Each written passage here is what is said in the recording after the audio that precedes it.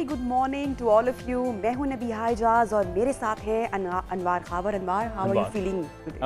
Not feeling very good, क्योंकि आपको पता है मेरी ज़रा तबीयत ख़राब है और वही मैं बात करना चाह रहा था कि हम क्रिकेट पर भी बात करेंगे, अपनी टॉप स्टोरीज पर भी बात करेंगे, तमाम सेगमेंट्स पर बात करेंगे, लेकिन जो एक बदलता मौसम अभी चल रहा है उस पर भी बात करना बहुत ज़रूरी है कि हम लोग शायद उस तरह से अपना ख्याल नहीं रखते। सुबह सुबह उठते हैं, ऑफिस की तरफ भागते हैं और सिर्फ हमारा ध्यान कामों पर होता है। जिस तरह से मौसम बदल रहा है और नई नई बीमारियां आ रही हैं, जिस तरह से मैं भी अभी डेंगू का सामना कर रहा हूं, इस वक्त भी आपके सामने बैठा हूं। जल्दी जल्दी रिकवर करें। बहुत सारी खबरें आपने शेयर करनी है हमने हमारी ऑडियंस के साथ, तो आपका हेल्दी होना, फिट होना बहुत जरूरी है। सो ये एक बड़ा अच्छा मैसेज जो कि प्रोग्राम के आगाज में आई थिंक देना चाहिए कि यूजुअली अनवार हम सुबह उठते हैं और फौरन ऑफिस के लिए निकल जाते हैं, लेकिन हम ये भूल जाते हैं कि if we are not feeling healthy, अगर हम फिट नहीं है तो हम परफॉर्म कैसे करेंगे अपने ऑफिस में जाकर, जो हमारे टास्क हैं हम उनको कैसे पूरा करेंगे। तो अपनी सेहत का ख्याल रखना आई थिंक बहुत ज़रूरी है। अब जनाब हम बात करेंगे प्रोग्राम में, बहुत ज़रूरी है क्रिकेट के हवाले से डिटेल सेगमेंट आपके लिए डिज़ाइन किया है, क्योंकि जो भारत है उसने फिर से वही जो हटदर्मी भारत की है वो बरकरार है, और इसलिए सबसे पहले हम नजर डाल लेते हैं टॉप स्टोरीज पे, फिर इस पे दोबारा बात करते हैं। भारत का इनकार, एशिया कप खेलने पाकिस्तान नहीं जाएंगे। पाकिस्तान का मुंह तोड़ जवाब देने पर गौर। क्रिकेट के दो बड़े ममालिक आमने सामने, गेम ऑफ जेंटलमैन भी सियासत का शिकार। जमहूरियत के दावेदार इख्तियारात निचली सतह पर ट्रांसफर करने से इनकारी। सिंध हुकूमत के मुसलसल इनकार के बाद कराची में बल्दियाती इंतखाबात फिर मुलतवी। पंजाब में बल्दियाती इंतखाबात के लिए इलेक्शन कमीशन का सुप्रीम कोर्ट से रुजू का फैसला। बैकडोर राब्तों का इंकशाफ, लॉन्ग मार्च होगा या नहीं, कंफ्यूजन बरकरार। माजी के दोस्त दुश्मन बनने की राह पर सऊदी अरब और अमेरिका में ठन गई। क्या जो बाइडन मिड टर्म इंतखाबात में शिकस्त से खौफजदा हैं या मगरिब रूस के सामने बेबस है? शाहरुख चितोई केस बंद, निजाम इंसाफ पर बड़ा सवालिया निशान लग गया। सालिम जीत गया, मजलूम हार गया। गैर इखलाकी मोबाइल एप्लीकेशन की भरमार, क्या पीटीए ला इल्म है? मुलाकात करवाएंगे आज की शख्सियत से। फिटनेस के राज के अलावा बिल्ली और बच्चे की दोस्ती का तस्करा भी होगा प्रोग्राम का हिस्सा। तो नाज़रीन, सबसे पहले हम बात करेंगे क्रिकेट के मेले की। आलमी मेला तो ऑस्ट्रेलिया में सजा हुआ ही है और जो मार्का चल रहा है इस पर कुछ हवाले से हम बात करेंगे ही, लेकिन जो क्रिकेट का असल मार्का है वो पाकिस्तान और भारत का ही एक जो मैच होता है वो सनसनीखेज मैच होता है, दिलों की धड़कनें तेज करने वाला मैच होता है। और यूं तो दोनों टीमें अभी हमें 23 अक्टूबर को ऑस्ट्रेलिया में आमने सामने अनवार दिखाई देंगी और बड़ा इंटरेस्टिंग मैच होगा, लेकिन इस मैच से एज कप पहले जो भारत है उसने अपना वही जो कहे ना कि खेल में भी सियासत लेकर आए हैं। हम देख रहे हैं कि बड़े टाकरे से कबल ही दोनों जो क्रिकेट बोर्ड्स हैं वो आमने सामने आ गए हैं और उनके दरमियान बड़ी ही गहरी एक वो जो टसल है ना वो ठन गई है। भारत ने 2023 में भी पाकिस्तान में होने वाले एशिया कप में शिरकत से इनकार किया है, तो अभी पाकिस्तान का जो स्टांस हम देख रहे हैं नबिया वो भी काफी सख्त स्टांस सामने आया है। स्टांस मेरे ख्याल से बात सोचने वाली बात अब काफी पीछे रहेगी। मेरे ख्याल से बड़ा क्लियर हो जाना चाहिए, मतलब सोचने अगर भारत पाकिस्तान अगर नहीं आना चाहता तो फिर पाकिस्तान का भी जो वर्डिक्ट है वो क्लियर होना चाहिए और इस पर गौर शुरू कर दिया गया। आई थिंक ये बहुत क्लियर होना चाहिए। साथ ही पाकिस्तान ने एशियन क्रिकेट काउंसिल छोड़ने पर भी मुशावरत शुरू की है। पाकिस्तान का जो स्टांस है वो बड़ा क्लियर रहा है हमेशा से ही। एशिया कप को मुत्तहिदा अरब अमारात मुंतकिल करने से भी सख्ती से पाकिस्तान ने इनकार कर दिया है। बिल्कुल, क्योंकि पाकिस्तान की तो कोशिश हमेशा से यही रही है कि जो क्रिकेट है एशिया में उसका रिवाइवल हो, एशिया में क्रिकेट के मैदान आबाद रहें, लेकिन हम देख रहे हैं कि भारत हमेशा से ही जेंटलमैन गेम को सियासी तौर पर इस्तेमाल करता दिखाई दे रहा है, सियासी अखाड़ा बना रहा है। बिल्कुल, और क्रिकेट में हम देख रहे हैं कि भारत की जानिब से जिस तरह से भी बातें की जाती हैं, एशिया के मैदान आबाद नहीं होने दिए जा रहे। बार बार तो आप किसी न्यूट्रल वेन्यू पर जाकर नहीं खेल सकते जब आप अपने मुल्क में इतनी अच्छी क्रिकेट करा सकते हैं, और दोनों ही मुल्कों में करोड़ों की तादाद में फैंस हैं क्रिकेट के जो कि अपने होम ग्राउंड पर इन दोनों टीम्स को देखना चाहते हैं। तो ये शायद इंडिया को इस पर सोचने की ज़रूरत है, लेकिन अब देखते हैं कि एशियन क्रिकेट काउंसिल से अलहदगी पाकिस्तान के पास मजीद क्या ऑप्शन हो सकते हैं, पाकिस्तान किस तरह से इस तमाम तर मामले को डिफेंड कर सकता है, और अगर इसको एक सियासी मूव कहा जाए तो क्या पाकिस्तान क्रिकेट बोर्ड जो पाकिस्तानी हुकूमत है उससे मदद लेगा? बिल्कुल। अच्छा, पहले हमने देखा कि हमारे जो आर्टिस्ट हैं या जो फनकार या जो एंटरटेनमेंट है वहां पर एक जो एक सिलसिला सारा शुरू हुआ, आगाज हुआ, मूवीज बैन हुई, और अब क्रिकेट भी अगर इफेक्ट होगी तो मेरे ख्याल से कि ताल्लुकात मजीद खराब ही होंगे। बहरहाल बात करेंगे, महक खोकर हमारे साथ इन स्टूडियोज मौजूद हैं, स्पोर्ट्स एनालिस्ट, उनसे ही बात कर लेते हैं इस पूरी सिचुएशन के ऊपर, जो एंड पाकिस्तान इंडिया का जो मैच 23 अक्टूबर को है और उससे पहले ये जो हम देख रहे हैं, क्या करना चाहिए पाकिस्तान बोर्ड को? अब देखिए, मैं कहूँगी कि पाकिस्तान क्रिकेट बोर्ड को इस चीज़ पे बहुत ही फर्म स्टांस लेना चाहिए, क्योंकि हम देखें तो पाकिस्तान ने कभी कोई इशू क्रिएट नहीं किया। पहले जब भी वर्ल्ड कप इंडिया में होता था तो पाकिस्तान खुशी खुशी जाता था, खेलता था इंडिया में, हमेशा इंडिया को ही इशू हुआ है। और अब आप देखें, जब से ये अनाउंसमेंट हुई थी पिछले साल के जो 2023 का जो एशिया कप है वो पाकिस्तान में होगा, तो तब से ही इंडिया ने बहुत ज़्यादा इश्यूज क्रिएट करना शुरू कर दिए थे। लेकिन फिर भी होपफुल था कि इंडिया आएगी, पाकिस्तान खेलेगी, और अभी हमें एकदम से न्यूज़ मिली है कि इंडिया नहीं खेलेगा। और आई वुड से कि बेसिकली देखें, पॉलिटिक्स को आपको कभी स्पोर्ट्स के साथ उसको जोड़ना नहीं चाहिए, दोनों चीजें, क्योंकि लेकिन स्पेशली स्पोर्ट को, क्योंकि देखिए स्पोर्ट को मैं आपको खुद बताऊंगी, जो स्पोर्ट है वो एक ऐसी चीज़ है जो लोगों को एक साथ लाने, उसका मकसद होता है कनेक्ट करना, वो उसका मकसद होता है कि लोगों को एक साथ लाए, उनको इसका बेसिक मकसद ही यही होता है। तो अगर आप स्पोर्ट में पॉलिटिक्स ला रही हैं तो आई वुड से कि ये बहुत ही लेकिन इंडिया हमेशा से यही करता रहा है। तो अभी आपको क्या सिचुएशन नजर आ रही है कि पाकिस्तान को फिर से किसी न्यूट्रल वेन्यू पर ही जाना पड़ेगा, या पाकिस्तान का स्टांस भी इस बार बिल्कुल क्लियर कट है that we are not going to do that? So basically अगर आप देखें तो काफ़ी ज़्यादा लोग इस चीज़ के ख़िलाफ़ है, पाकिस्तानीज़, वो कह रहे हैं कि इस बार पाकिस्तान को स्टांस लेना चाहिए। मुझे भी लगता है कि पीसीबी को इस बार स्टांस लेना चाहिए। देखिए, अगर आप प्लेयर्स की रिलेशनशिप्स एक दूसरे के साथ देखें, जो पाकिस्तान और इंडिया के प्लेयर्स हैं उनकी रिलेशनशिप्स एक दूसरे के साथ बहुत ही अच्छी हैं। हमने विजुअली भी देखा है कि जो कैप्टन्स हैं वो एक दूसरे के साथ उनकी बहुत अच्छी अंडरस्टैंडिंग है, केमिस्ट्री भी है। विराट कोहली को हमेशा बड़ा वेलकमिंग देखा है, बाबर आजम की बहुत कॉम्प्लीमेंट करते हुए हमेशा दिखाई वो दी है। एग्जैक्टली, अगर आप देखें तो जो फैंस भी हैं, जो पाकिस्तान और इंडिया दोनों के जो फैंस हैं, हमें पता है कि क्रिकेट सबसे ही पॉपुलर स्पोर्ट है दोनों कंट्रीज में, ठीक है। तो अगर आप ये भी देखें तो जो फैंस भी हैं वो विराट कोहली की आप देखें कितनी रिस्पेक्ट करते हैं, इंडिया में भी बाबर आजम हो गया, उनकी कितनी रिस्पेक्ट होती है। और अगर आप इस मामले से भी देखा जाए तो जो पाकिस्तान और इंडिया का मैच है वो उसको कहते हैं the mother of all matches, ठीक है। वो सिर्फ पाकिस्तानी और इंडियन क्रिकेट फैंस नहीं उसको देखते, बल्कि पूरी दुनिया में वो मैच बहुत ही, जो लोग क्रिकेट फैंस भी नहीं होते वो भी उस दिन बैठते हैं कि वो ये मैच देखें, उनके लिए भी बहुत एंटरटेनिंग होता है।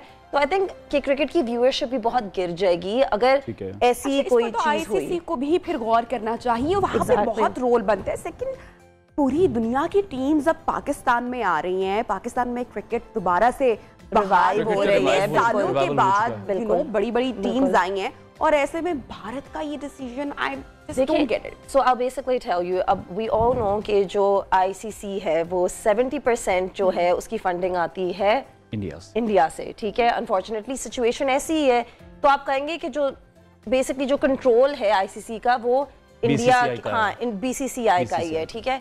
तो इस चीज में आई थिंक पाकिस्तान को थोड़ा डिसएडवांटेज है, पीसीबी को डिसएडवांटेज है, but I would still say देखें पीसीबी जो है पाकिस्तान में it's the strongest sports federation सारी स्पोर्ट्स में से, तो उनको ये स्टांस लेना चाहिए, हमारी कंट्री के लिए लेना चाहिए, क्योंकि इतनी देर बाद जैसे आपने कहा स्पोर्ट्स की रिवाइवल हो रही है पाकिस्तान में, क्रिकेट की जो सबसे यानी कि फैंस के लिए वो सबसे ही मोस्ट वांटेड स्पोर्ट है, और इतने साल फैंस ने बेसब्री से इंतजार किया। तो फाइनली जब वो चीज रिवाइव हो रही है और हमने देखा है कि कंट्रीज आ रही हैं, फाइनली सिक्योरिटी भी बहुत अच्छी है, वो सेफ फील कर रहे हैं पाकिस्तान आते वक्त, तो हमें इतनी अच्छी अपॉर्चुनिटी मिली है कि हम एशिया कप आके होस्ट करें 2023 में।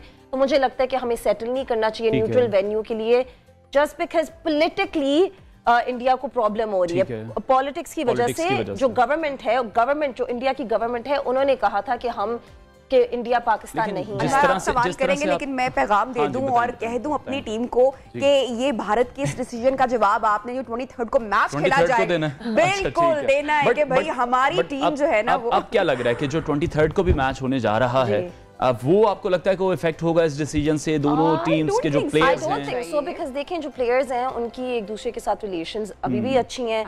हमने देखा कि रमीज राजा भी हैं, और जब लेकिन एग्रेशन तो मेरा ख्याल है ज्यादा अब नजर आएगा। आई नो, लेकिन सौरव गांगुली को रिमूव उन्होंने कर दिया, बट बिफोर हमने देखा था कि रमीज राजा और सौरव गांगुली की भी एक दूसरे के साथ बहुत अच्छी, हमने कैमरा पे भी देखा था कि उनकी रिलेशनशिप एक दूसरे के साथ बहुत अच्छी थी और दोस्ती है इन सबकी आपस में, दोस्ती है, ये खाने खाते हैं साथ बैठते हैं, मैं आपको खुद एक्सपीरियंस से बताती हूँ कि मैं खुद भी पाकिस्तान के लिए टेनिस प्लेयर हूँ, तो growing up and even till this day मेरी जो अपनी जो इंडियन टेनिस प्लेयर्स होती हैं हमारी, उनके साथ ग्रोइंग अप इतनी अच्छी दोस्ती है, अभी भी है, इस दिन तक है। हम जब भी बाहर जाके खेलते हैं तो इंडिया से, क्योंकि देखिए हमारे कल्चर्स भी, पार्टीज भी हम देखते हैं कि बड़े अच्छे डिनर्स होते हैं। अगर आप देखें तो कल्चर्स भी हमारे इतने सिमिलर हैं कि हमारी उनसे जो बॉन्डिंग होती है वो बाकी कंट्री से उस तरह नहीं होती, you know, it's like similar language, similar culture. तो I don't think the match will get affected. अगर आप बात करें कि पाकिस्तान का कितना चांस है जीतने हैं, वो तो कुछ नहीं कहा जा सकता। पाकिस्तानी टीम अनप्रेडिक्टेबल है उनका बट हमें तुमसे प्यार है। अच्छा जी, कमिंग बैक टू 23rd को जब टाकरा होने वाला है, कैसे चित करेंगे हम? अब जो हमारे शाहीन है उनकी उड़ान और स्ट्रेंथ के ऊपर बात करेंगे, कोई वीकनेस पे बात हम नहीं करेंगे, हमारी बहुत पॉजिटिविटी की तरफ रहते हैं।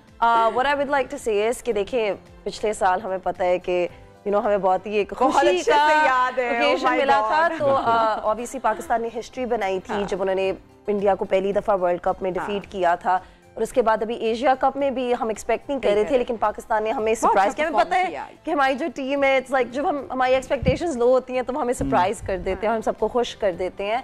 तो आई वुड से देखें अगेन इट्स 50-50, बट अगर आप देखा जाए तो आपको कंट्री की कंडीशंस भी देखनी होती हैं, ठीक है। यूएई में पिछले साल मैच हुआ था, वो पाकिस्तान को यूएई की कंडीशन ज़्यादा सूट करती थी ऑस्ट्रेलिया से। जो इंडिया है वो ऑस्ट्रेलिया की कंडीशंस के साथ बहुत कंफर्टेबल है। पिछले साल भी वो ऑस्ट्रेलिया के जब उन्होंने टूर किया था तो वो जीत गए थे, ठीक है। अब इस साल भी उन्होंने जो मैचेस खेले हैं वर्ल्ड कप से पहले वो जीत गए हैं। अब पाकिस्तान की ट्राई नेशन सीरीज में बहुत अच्छी परफॉर्मेंस थी। न्यूजीलैंड की कंडीशन सिमिलर है ऑस्ट्रेलिया से, but they are not exactly the same, ठीक है। तो आई वुड से कि कंडीशंस वाइज ऑस्ट्रेलिया को इंडिया को ज्यादा ऑस्ट्रेलिया सूट करता है। आई थिंक जो वार्म अप मैच था उसमें उनको बाबर आजम और रिजवान को नहीं हटाना चाहिए था। आई नो एक्सपेरिमेंट, लेकिन देखिए वार्म अप मैच होता है बेसिकली, देखिए आप दो व्यूज से देख सकते हैं, दो पर्सपेक्टिव से देख सकते हैं। एक तो था कि चले हमारे जो दो ओपनिंग, और अगर इसका थोड़ा सा दूसरा रुख देखा जाए तो वो match Pakistan warm up match में उसको शिकस्त हुई, तो ब्लफ भी हो सकता है ना कि वो पाकिस्तान की वीकनेस लगी, लेकिन जब हम एक्चुअल मैच प्ले करेंगे तो पाकिस्तान की स्ट्रेटजी टोटली चेंज होगी, क्योंकि वार्म अप मैच में आपकी स्ट्रेंथ और वीकनेस का दोनों टीम्स को पता चल रहा है। एक्सपेरिमेंट्स देखिए, वार्म अप मैच में आप एक्सपेरिमेंट कर सकते हैं, और ऐसा भी हो सकता है कि जो वो शायद मोहम्मद रिजवान और बाबर आजम को रेस्ट देने की, क्योंकि वो ओपनिंग बैट्समैन है, सारा अब आप देखें बैटिंग ऑर्डर जो है सारा प्रेशर उन्हीं पे जाता है, हम उन्हीं पे रिलाई करते हैं ज्यादातर, मिडिल ऑर्डर पे इतना नहीं रिलाई करते। सो आई थिंक शायद वो सोच रहे थे कि इनको रेस्ट मिलना चाहिए before the big game, but at the same time warm up match क्यों होता है कि आप बेसिकली कंडीशन से यूज्ड टू हो जाएं, तो आपका जो एक फॉर्मेट है जिससे आप चल रहे हैं आप उसी पे चलते रहें, क्योंकि अभी वार्म अप मैचेस पे भी हमने देखा कि जो वार्म अप मैच होता है, प्रैक्टिस सेशन होता है, अब जो नेशन हमारी, हम सब खुद हैं, हम उस पर भी उन्हें जज करते हैं कि यार ये तो प्रैक्टिस मैच में भी नहीं चले तो ये आगे जाके क्या करेंगे। नहीं, ऐसा मैं बिल्कुल भी नहीं कहूंगी। इमोशंस में वो बात कर रहा हूं, because we are cricket loving nation, वो कोई चेंज नहीं कर सकता। मैं I am not criticising them, I am just saying कि इसके दो पर्सपेक्टिव्स हो सकते हैं। एक ये है कि शायद उनको रेस्ट करने की, they were trying to make them rest, कि वो आए तो फुल फॉर्म में आए, लेकिन at the same time warm up match होता है कि आप कंडीशन से यूज्ड टू हो जाए, जो इंडिया ऑलरेडी यूज्ड टू है उनसे। तो और अगर आप इंग्लैंड में, इंग्लैंड ने उन्हें डिफीट किया था, और इंग्लैंड की तरफ से उनके जो टॉप प्लेयर्स थे वो खेल रहे थे, जॉस बटलर भी उधर थे, और आप देखें यानी कि तो इंडिया की, और बेन स्टोक्स भी उधर थे, तो इंग्लैंड की तरफ से उन्होंने अपना कोई फॉर्मेट, कोई ऑर्डर चेंज नहीं किया था। बट आई वुड से कि पाकिस्तान के लिए ये बहुत पॉजिटिव एक रन चल रहा है, क्योंकि ट्राई नेशन सीरीज में भी उन्होंने बहुत अच्छा परफॉर्म किया, जो इससे पहले भी उन्होंने इंडिया को डिफीट किया रिसेंटली। तो आई थिंक, लेकिन एक चीज जो पाकिस्तान के बेनिफिट में भी है कि जो बुमराह हैं वो मिसिंग है, ठीक है, और हमें पता है कि वो T20 के सबसे टॉप बॉलर है, खतरनाक बॉलर है, तो इंडिया की टीम से वो मिसिंग है जो पाकिस्तान के लिए क्विकली ब्रेक का कहा जा रहा है। फेवरेट टीम कौन है इस वर्ल्ड कप के लिए? क्विकली देखिए, अगर आप मुझे पाकिस्तान तो मैं बायस्ड होंगी तो मैं कहूंगी पाकिस्तान तो है ही। आई वुड से ऑस्ट्रेलिया और इंडिया का भी आई वुड से काफी। और ऑस्ट्रेलिया को ये कि वो अपने होम ग्राउंड का एक बेनिफिट होता है, लेकिन इंडिया को भी मैं कहूंगी। लेकिन चलें जी, देखते हैं कि होता क्या है 23 अक्टूबर को अभी क्या होने जा रहा है, ये हम जरूर देखेंगे और बाकी बातें करेंगे इस ब्रेक की।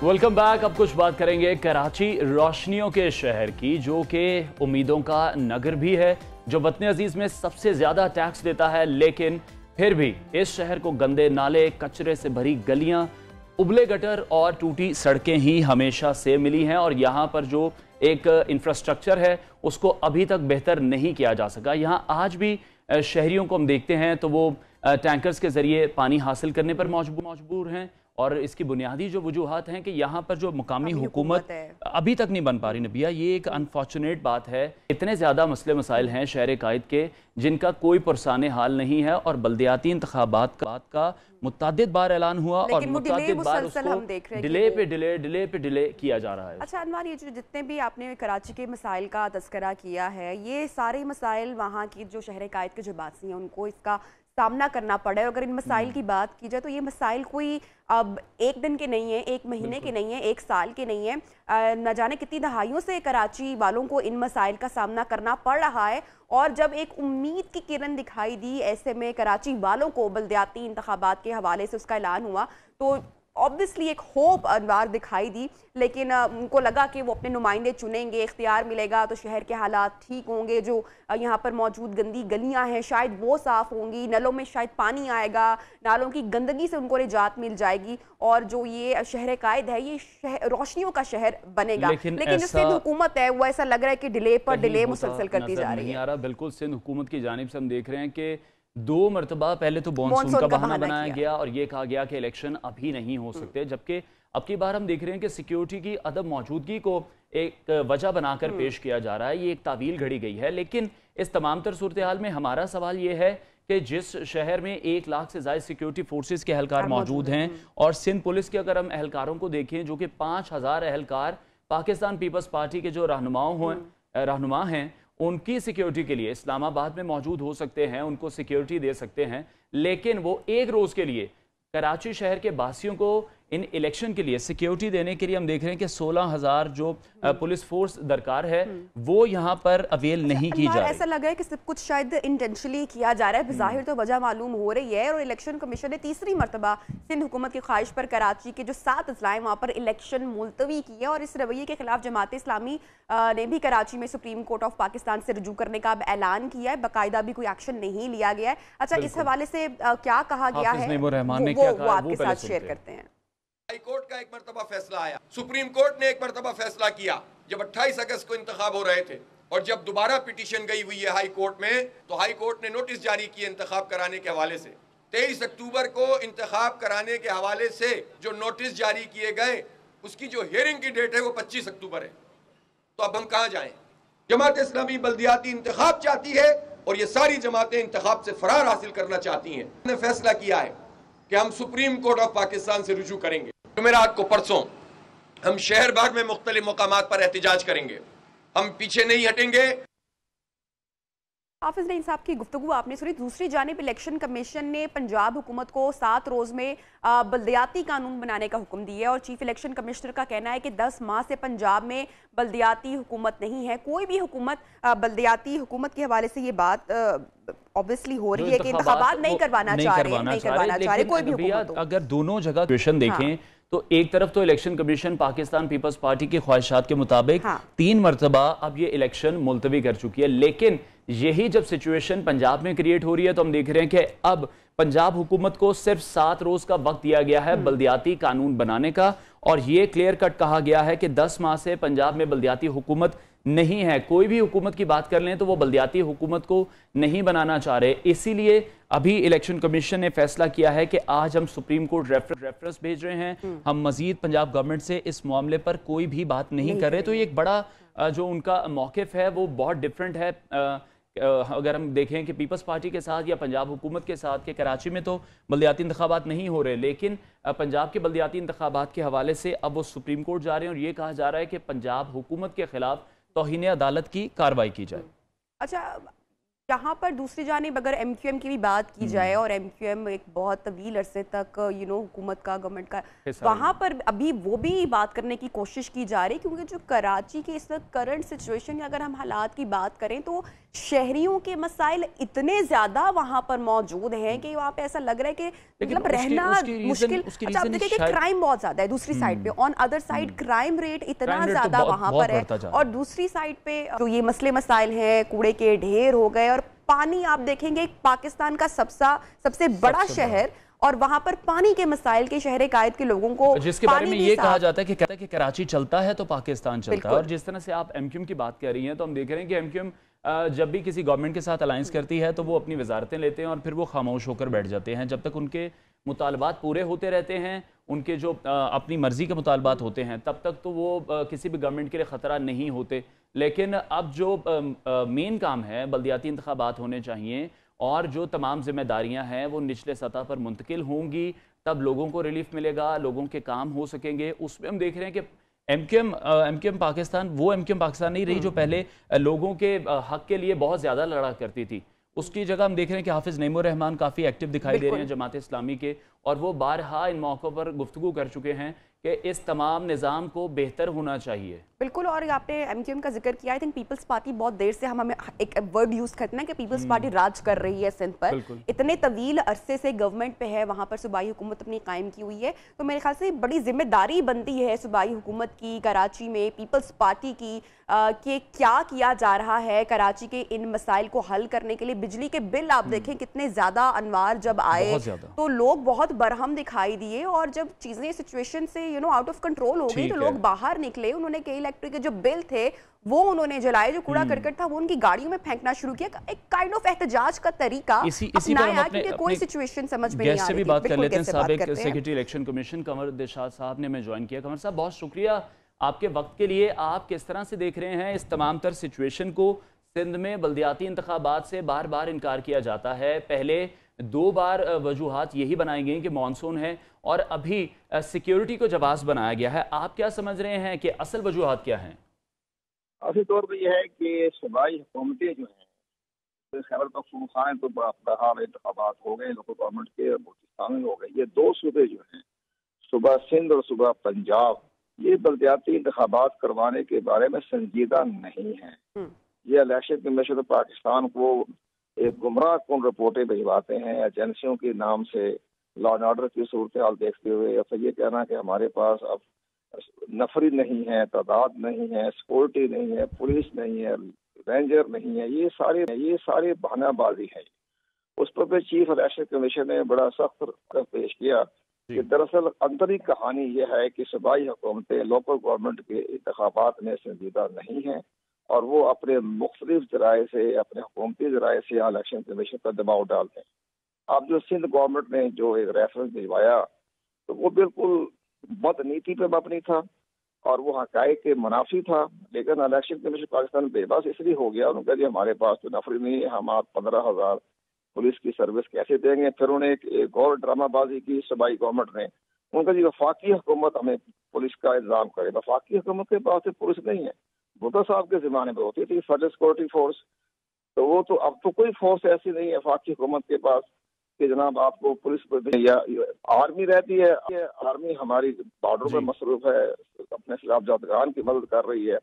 लेकिन बहरहाल इस पर मैं थोड़ा सा ये तहफ़्फ़ुज़ात का इज़हार करूंगा कि इलेक्शन कमीशन पाकिस्तान को इनकी तमाम तजावीज़ों को मुस्तरद कर देना चाहिए था। वो कहते हैं हम तो इंतखाबात करवाने हैं, लॉ एंड ऑर्डर की जिम्मेदारी आपकी है, अगर कोई वारदात होती है या कोई ये आपकी जिम्मेदारी है। इलेक्शन कमीशन को मुस्तरद करना चाहिए था सूबाई हुकूमत के पॉइंट ऑफ व्यू को, तो उनको ये मुलतवी नहीं करना चाहिए था, मौखर नहीं करना चाहिए था। अब इलेक्शन कमीशन पर तनकीद हो रही है, शदीद तनकीद हो रही है। तनकीद करने में सबसे नंबर जो है मुराद अली शाह है। इसमें मुराद अली शाह ने खत लिखा चीफ इलेक्शन कमीशन को, और वही तनकीद कर रहा है, वही शर्जील मेमन तनकीद कर रहा है। इनको ख्याल आना चाहिए, खत तुमने भेजा, तुम्हारा चीफ सेक्रेटरी ने पांव पकड़े जाके chief election commission. Thank you so much. Kanwar Dilshad साहब, साबिक सेक्रेटरी इलेक्शन कमीशन, हमारे साथ मौजूद थे। उन्होंने भी वही बात की है कि इलेक्शन कमीशन का जो रोल है उसको बिल्कुल भी बाइस्ड नहीं होना चाहिए। जिस तरह से कराची में हम उनका स्टांस देख रहे हैं, पंजाब में कंप्लीटली वो स्टांस डिफरेंट नजर आ रहा है। थैंक यू सो मच, आपने मेरे प्रोग्राम में ज्वाइन किया। हमारे एक छोटी सी ब्रेक लेते हैं, ब्रेक के बाद खान साहब की स्टेटमेंट प्रोग्राम में शामिल करेंगे, और अब वो क्या कह रहे हैं, कौन से नई मंतक लेकर आए, बताएंगे आपको ब्रेक के बाद। स्टे विद अस।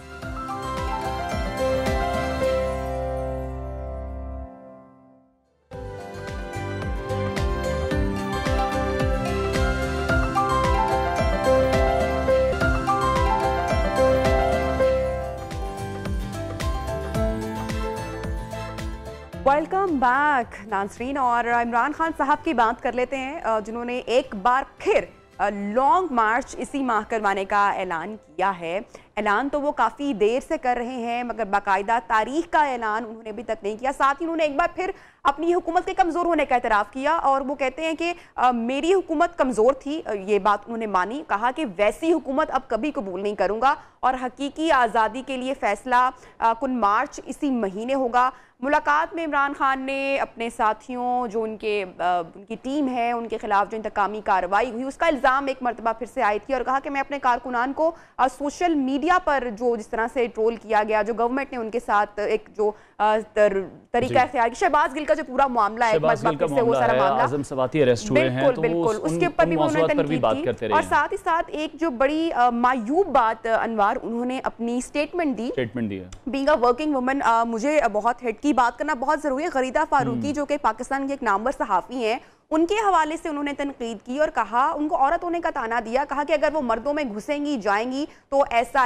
ही होगा। That was very odd. यकीनी तौर पर एक बड़ी डिस्टर्बिंग स्टेटमेंट है ऐसे लीडर की तरफ से, जो कि खुद आज़ादी सहाफ़त पर बात करते रहे हैं, वुमेन एम्पावरमेंट पर बातें हैं। तो खान साहब ने अब ये स्टेटमेंट किस कॉन्टेक्स्ट में दी है, मेरा ख्याल है वो जो एक यू टर्न वाला मामला है वो खुद से इसको मैनेज कर लेंगे, वो इसमें बड़े माहिर हैं। और इससे पहले भी हमने देखा कि लंदन में पीटीआई के जो कारकुनान हैं वो सहाफ़ियों से बदतमीज़ी कर चुके हैं, और जो सहाफ़ी हों, सियासतदान हो या कोई भी और हो, इमरान खान या पीटीआई से हमने देखा है कि जब भी आप इख्तिलाफ करते हैं तो पाकिस्तान तहरीक इंसाफ के जो ट्रोलर्स हैं वो उनको खूब आड़े हाथों लेते हैं। तो ऐसे वाक़यात पर सोशल मीडिया, ख़ास तौर पर ट्विटर पर हम देख रहे हैं कि रोज़ का एक मामूल बनता जा रहा है, ये बिल्कुल तसलसल कायम होता जा रहा है। तो इमरान खान अपने कारकुनान की जानिब से ख़वातीन सहाफ़ियों की जो ट्रोलिंग है मुबैना तौर पर हिमायत करते भी दिखाई दे रहे हैं। इसी तमाम सूरत हाल पर हम बात करेंगे।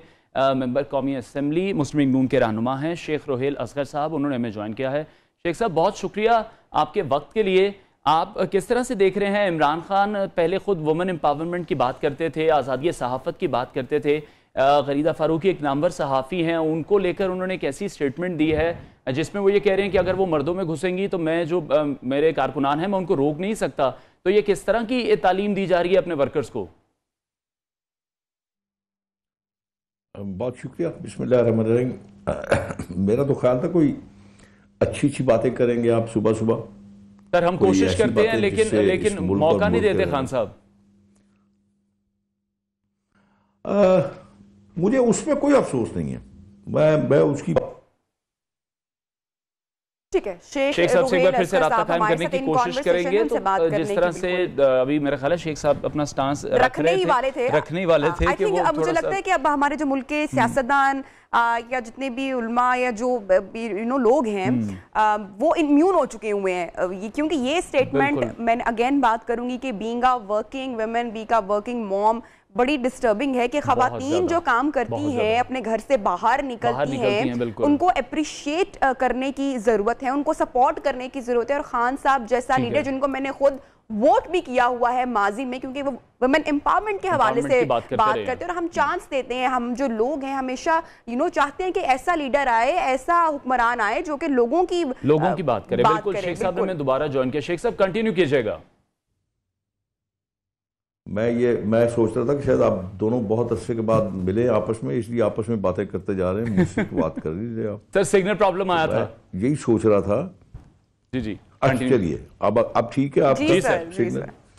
अच्छा, मैं ये अर्ज कर रहा था कि देखिए बात ये है कि मैं एक हलके को रिप्रेजेंट करता हूँ। जो मेरा रवैया होगा, जो मेरा सोच होगी, जो मेरे गुफ्तगू और अल्फाज होंगे, ऑब्वियसली वो बड़ा मैटर करेंगे मेरे उस हल्का इंतखाब। मेरा तो छोटा सा हल्का है ना।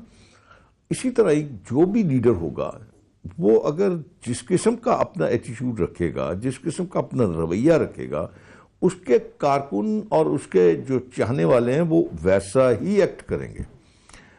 अब आप इस शख्स की बातें छेड़ के बैठ गए हैं जिसको रिश्तों की कोई कदर नहीं है, जो रिश्तों को पहचानता ही नहीं है, जो रिश्तों को सिर्फ अपने मकसद के लिए इस्तेमाल करता है।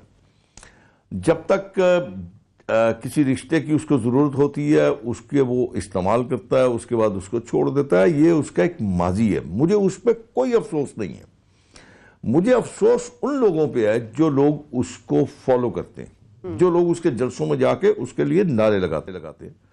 मतलब मुझे कुछ लेना देना नहीं इस बात से, लेकिन एक दो बातें जो उस शख्स ने इस मुल्क में इंतहाई ख़राब तरीन, आप कह लीजिए, इस सोसाइटी को उसने डिवीजन कर दी है। उसकी एक दाएं तरफ खड़े हैं और एक बाएं तरफ खड़े हैं, उसके दरमियान एक ऐसी खलीज पैदा कर दी है जो मेरे ख्याल में शायद अब बढ़ती जाएगी, अब कम नहीं होगी। और आपने देखा कि जब उसकी अपने वर्कर्स अपनी ख्वातीन के साथ बदतमीजी करते हैं, उस पर भी उसका कोई रद्द-ए-अमल नहीं आता। किया जाए कि ये तो बेचारी एक शोबिस की खातून है जिसके मतलब उसने किया। जो शख्स अपने बहन भाइयों को, अपनी बेटी को, अपने बेटों को, अपने आसपास के लोगों को वो कोई अहमियत नहीं देता। सर आपने तो बात की कि जैसे कि हमारी जो यूथ है, जो आवाम है, आपने बोला कि वो डिवीजन हो चुकी है, एक दाएं जानिब खड़ी है, एक बाएं जानिब खड़ी है, तो आप क्या कहेंगे? इसको खान साहब की कामयाब सियासत कहेंगे, उनकी पॉपुलैरिटी कहेंगे, उनका करिश्मा कहेंगे, या जितने अच्छे तरीके से शायद वो बात करते हैं वो शायद आवाम तक, यूथ तक घुस जाती है? फिर रीजन क्या हुआ, या दूसरी जमातें फेल हो गई? देखिए, मैं आपको एक बात बताऊं, मैं हूं या कोई भी हो, दोनों चीजें आपके अंदर मौजूद है, रहमानियत भी और शैतानियत भी।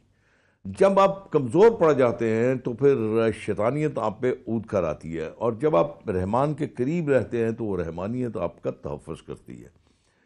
मुझे ये बता दें कि आपने ये पाकिस्तान जो हासिल किया था वो किस मकसद के लिए हासिल किया था? इस मकसद के लिए जिसमें आप अपनी ख्वातीन के साथ इस तरह का रवैया करें, जिसमें आप अपने लोगों को इस तरह का सोच मुंतमिल करें। ये तो कभी नहीं था। हाँ, ये हमारा एक कल्चर था कि बाप बेटे के साथ प्यार करता था, बेटा बाप की इज्जत और एहतराम करता था। वो आज नापैद होता जा रहा है। लोग आज अपने आप का हक समझते हैं, नौजवान ये अपने हक समझते हैं कि अपने बाप से या अपने बुजुर्ग से सवाल करें। आप कीजिए सवाल, इसमें कोई कबाहत नहीं है, लेकिन सवाल अगर इज्जत और एहतराम के पराये में हो तो वो सवाल अच्छा लगेगा। ठीक हो गया। लेकिन अगर सवाल इस तरह हो कि जिस तरह आप कर रहे हैं, आप देख लीजिए किसी भी इंस्टीट्यूशन को आपका इख्तलाफ हो सकता है, किसी फर्द वाहिद से इख्तलाफ हो सकता है, तहजीब और अखलाक के दायरे में यकीनी तौर पर रहना चाहिए। शेख साहब ये फरमाइएगा कि इमरान खान के पास आखिरी पत्ता अब लॉन्ग मार्च का ही है। अभी आपको क्या लग रहा है कि क्यों हिचकिचा रहे हैं? कोई फाइनल डेट नहीं दे पा रहे। अक्टूबर का महीना तो उन्होंने कह दिया कि अक्टूबर से ज़्यादा मोहलत इस हुकूमत को अब वो नहीं देंगे। आपको क्या लग रहा है कि जो वफाकी हुकूमत है उसके लिए कितनी मुश्किल खड़ी हो सकती है? क्योंकि पहले तो खान साहब के लिए मुश्किल थी 25 मई को जब निकले थे पंजाब से। पंजाब में उनकी गवर्नमेंट नहीं थी, अब उनकी गवर्नमेंट भी है, केपी में भी है। दोनों तरफ से वफाक पर हमला करते हैं, लॉन्ग मार्च लेकर आते हैं। आप लोगों की क्या स्ट्रैटेजी होगी? मतलब क्या आपका क्या ख्याल है कि इस पहली बात तो मैं आपका जवाब ये दूं कि पंजाब हुकूमत इस मुल्क में कोई चीज़ बाइद नहीं है। पंजाब में कल क्या होगा ना आपको वसूख से कह सकते हैं, ना मैं वसूख के साथ कह सकता हूँ।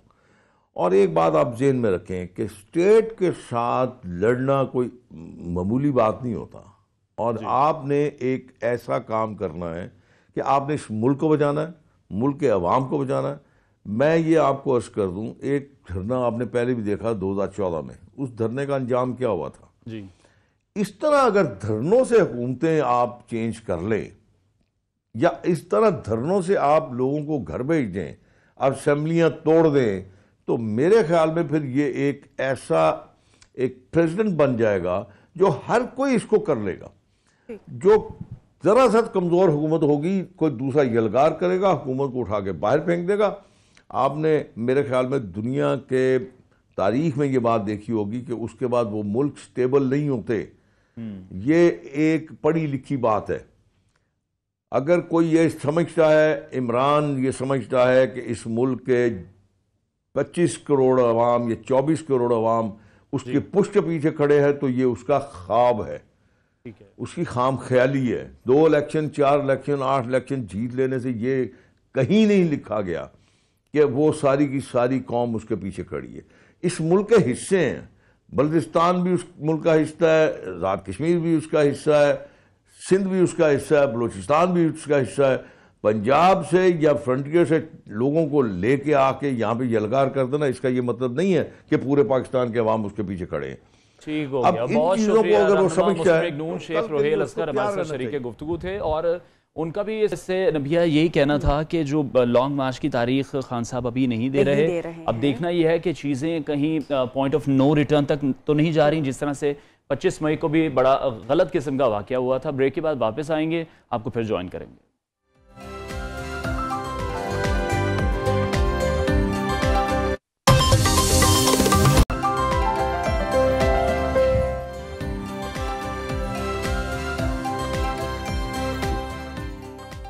Welcome back. मुल्क की तारीख के एक अहम केस की बात करेंगे, शाहरुख जतोई केस के हवाले से, जिसमें हमें बहुत कुछ देखने को मिला, बहुत कुछ इस केस में हुआ, लेकिन हमने देखा कि काफ़ी जगहों पर हम ये कह सकते हैं कि हम मजबूर हैं, हम कुछ भी नहीं कह सकते। बहरहाल एक बात इसमें की जा सकती है कि मशहूर केस शाहजेब के कातिल शाहरुख जतोई को सुप्रीम कोर्ट से रिहाई का परवाना अभी मिल चुका है, और 2012 में शाहजेब ने अपनी बहन से छेड़छाड़ करने से मना करने पर शाहरुख जतोई ने उसको सरेआम शाहजेब को कत्ल कर दिया था।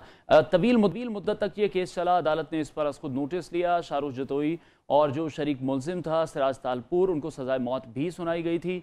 उसके बाद शाहरुख जतोई बहुत अमीर और रसूख रखने वाले बाप का बेटा था, जिसका इम्पैक्ट हमने इस केस में बारहा देखा। एक बार नहीं, मुतअद्दिद बार ये देखा कि किस तरह से वीआईपी प्रोटोकॉल इनको दिए जाते रहे हैं। बिल्कुल। और अगर बात की जाए सिर्फ इस केस की, तो अपने बाप ने अपने बेटे को ऑब्वियसली बचाने के लिए हर तरह से कोशिश की, मुबैना तौर पर पानी की तरह पैसा बहाया। बिलाखिर शाहजेब के वालिद को अपने बेटे के कातिल को मुआफ़ करना पड़ा और यूं सुलहनामा हो गया। अब इस सिलसिले में अटॉर्नी जनरल ऑफ पाकिस्तान के सुप्रीम कोर्ट के फैसले पर नजर सानी पटिशन दायर करने का फैसला किया गया है, और अटॉर्नी जनरल ऑफिस की जानिब से लिखे गए खत में कहा गया है कि शाहरुख जतोई की बरियत के फैसले से कबल अटॉर्नी जनरल ऑफिस से राय तलब नहीं की गई, जबकि सुप्रीम कोर्ट इस मामले को पहले ही अहम आईनी मामला करार दे चुकी है। अच्छा, खत का जो मतन है वो भी आपके साथ शेयर करते हैं। खत में ये कहा गया है कि इस तरह के जो अहम आईनी मामलात होते हैं उस पर पहले भी अटॉर्नी जनरल की राय तलब की जाती रही है। जिब्रान नासिर केस में हमने देखा कि अटॉर्नी जनरल ऑफिस पहले ही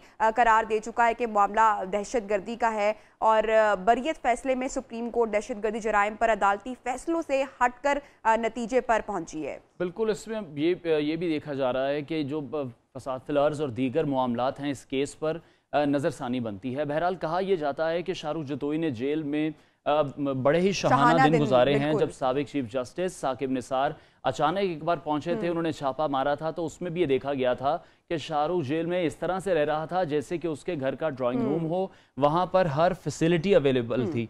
तो वो जो एक कॉन्सेप्ट हमारे मुल्क में बना हुआ है कि, और जो ये फैसला आया है उसके बाद भी लोग यही कहना शुरू हो गए हैं कि जो इंसाफ है वो अमीर के लिए ही उसको इंसाफ मिल जाता है। जिस तरह से नूर मुकद्दम कत्ल केस को देखें, सारा इनाम कत्ल केस को देखें, तो यही अब कहा जा रहा है कि शायद मुस्तकबिल में उनका भी कुछ फैसला इससे मिलता जुलता ही आएगा, जो कि हमारे सारे निज़ाम इंसाफ पर सवालिया निशान लग जाने के मुतरादिफ है। लेकिन बात तो यह है कि पाकिस्तान में आम तासुर ये दिया जा रहा है कि अगर कोई कोई भी जुर्म करें तो उनको सज़ा होनी चाहिए। अदालत ने हकाइक और शवाहिद की बुनियाद पर फैसला देना होता है।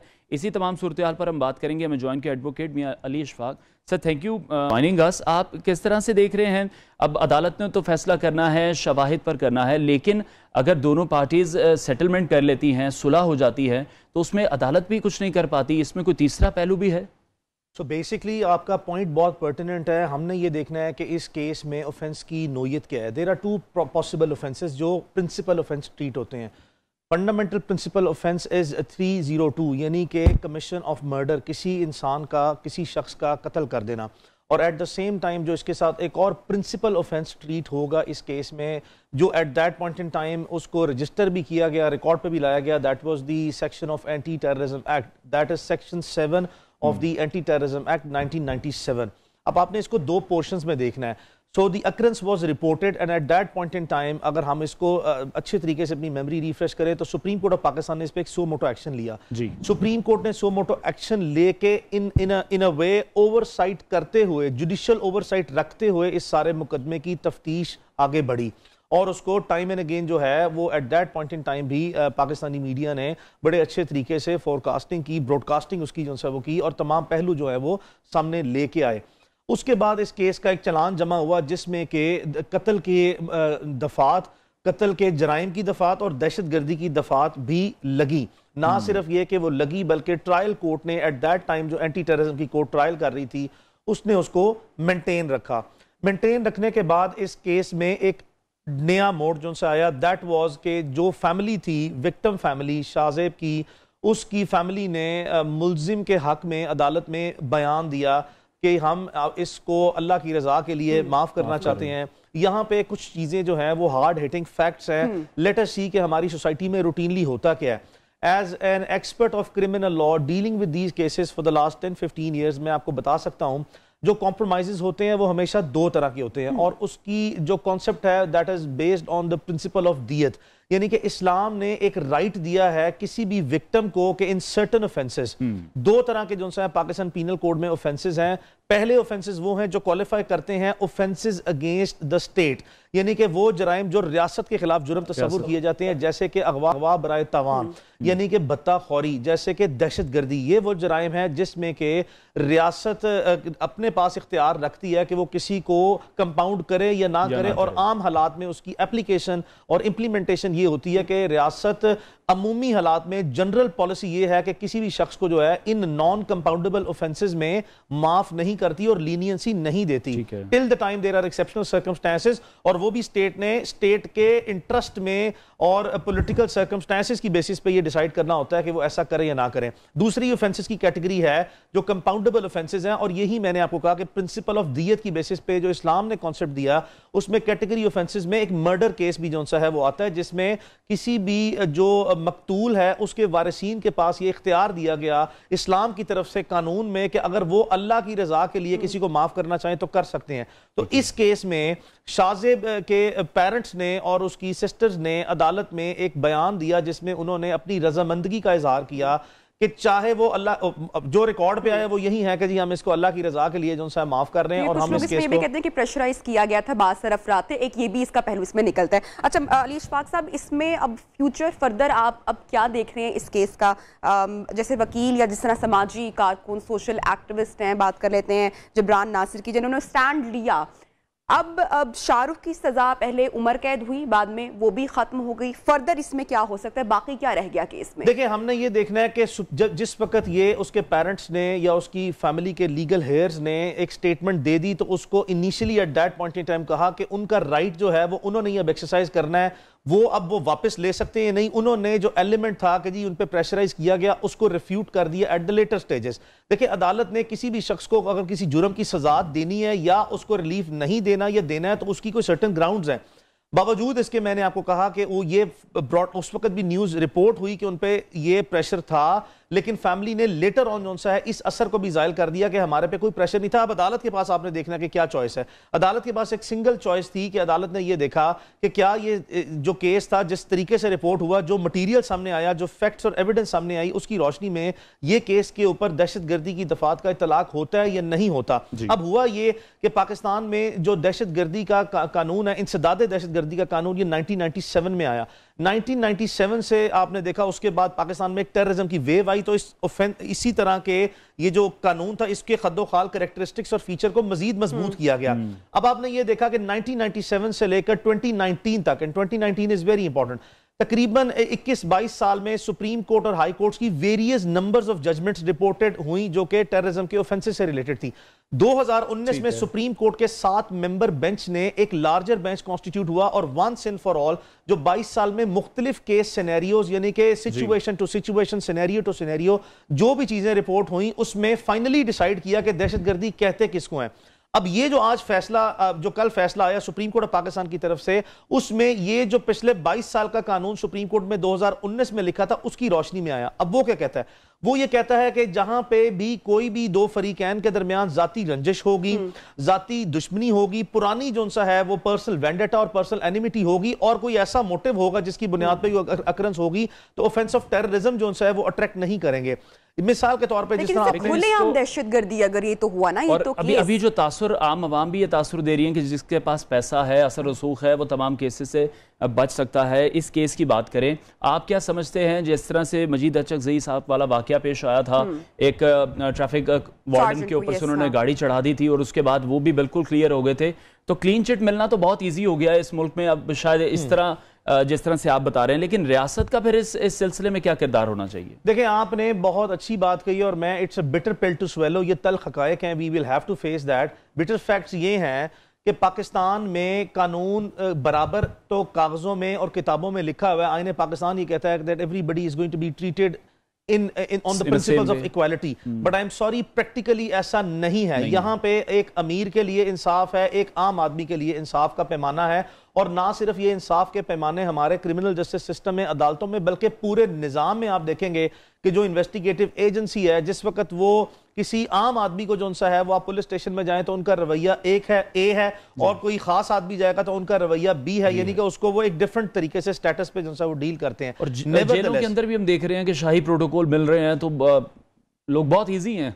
अगर पाकिस्तान की जेलों के हालात में आपको बताऊं कि पूरे पाकिस्तान के चारों सूबों में जेलों में लोगों को किस हद तक फैसिलिटी है, तो वो एक बड़ी डार्क किस्म की पिक्चर जो है वो पोर्ट्रे हो जाएगी। और अगर at any point in time अगर आपके सामने अदालतों के अंदर सर्वेलेंस जो है ना, यानी कि अदालतों में बैरक्स के अंदर और सेल्स के अंदर अगर आप सिर्फ कैमरास इंस्टॉल कर देना, तो इतनी ट्रांसपेरेंसी आएगी। देखें, जेलों में लोग फोन इस्तेमाल करते हैं, जेलों में लोग जो से हैं वो जेलों से बाहर जाके हॉस्पिटल्स में जो है वो रहते हैं। आपने इशारों के केस को बिल्कुल रिपोर्ट किया, तो सुप्रीम कोर्ट में भी ये बात, एक रिपोर्ट सबमिट हुई कि for a period of more than 2 years, 2 साल से जायद अरसा जो है, शाहरुख जतोई ने भी JPMC जना पोस्ट मेडिकल सेंटर जो कराची में है, उसके फेडरल वार्ड में जो है फर्स्ट फ्लोर पे बहुत ज्यादा टाइम जो है गुजारा। अच्छा, तो ये इशफाक साहब, इसका टाइम का मैं ब्रेक की जाने भी बढ़ना है, मैं वो स्टेटमेंट भी कोट करना चाहूंगी लतीफ खोसा साहब की भी स्टेटमेंट, आई एम श्योर आपने भी देखी होगी। उन्होंने भी बोला कि इंसाफ का बोलबाला हुआ है और इंसाफ हुआ है। अब ये जो आम पब्लिक है वो यहाँ पे दियत वाली भी आपने बात की, सेटलमेंट वाली भी बात की,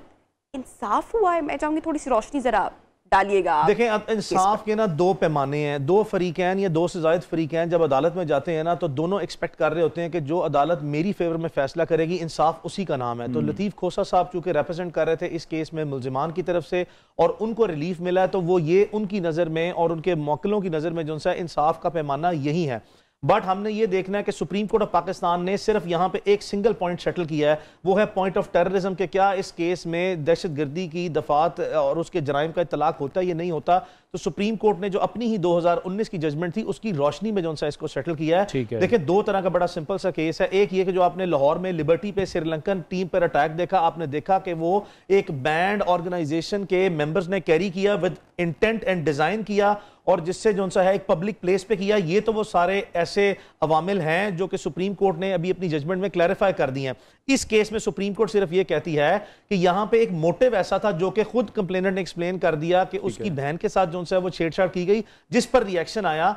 एट द स्पॉट अब्रप्टली, तो यहाँ पे कोई ऐसी एविडेंस इस केस में अनफॉर्चुनेटली रिकॉर्ड पे नहीं आई जिसमें इंडिपेंडेंट विटनेसेस भी जो हैं उस इलाके के जो जिनको खौफो हरास जो से पहला वो रिकॉर्ड पर आते, जो कि एस्टेब्लिश करते कि इसके एक्शन की वजह से वो भी बराह रास्त मुतासिरीन है, जिसकी वजह से ऑफेंसेस ऑफ टेररिज्म जो है वो इस केस पे अट्रैक्ट करते हैं। Unfortunately this is how it is in Pakistan जो है।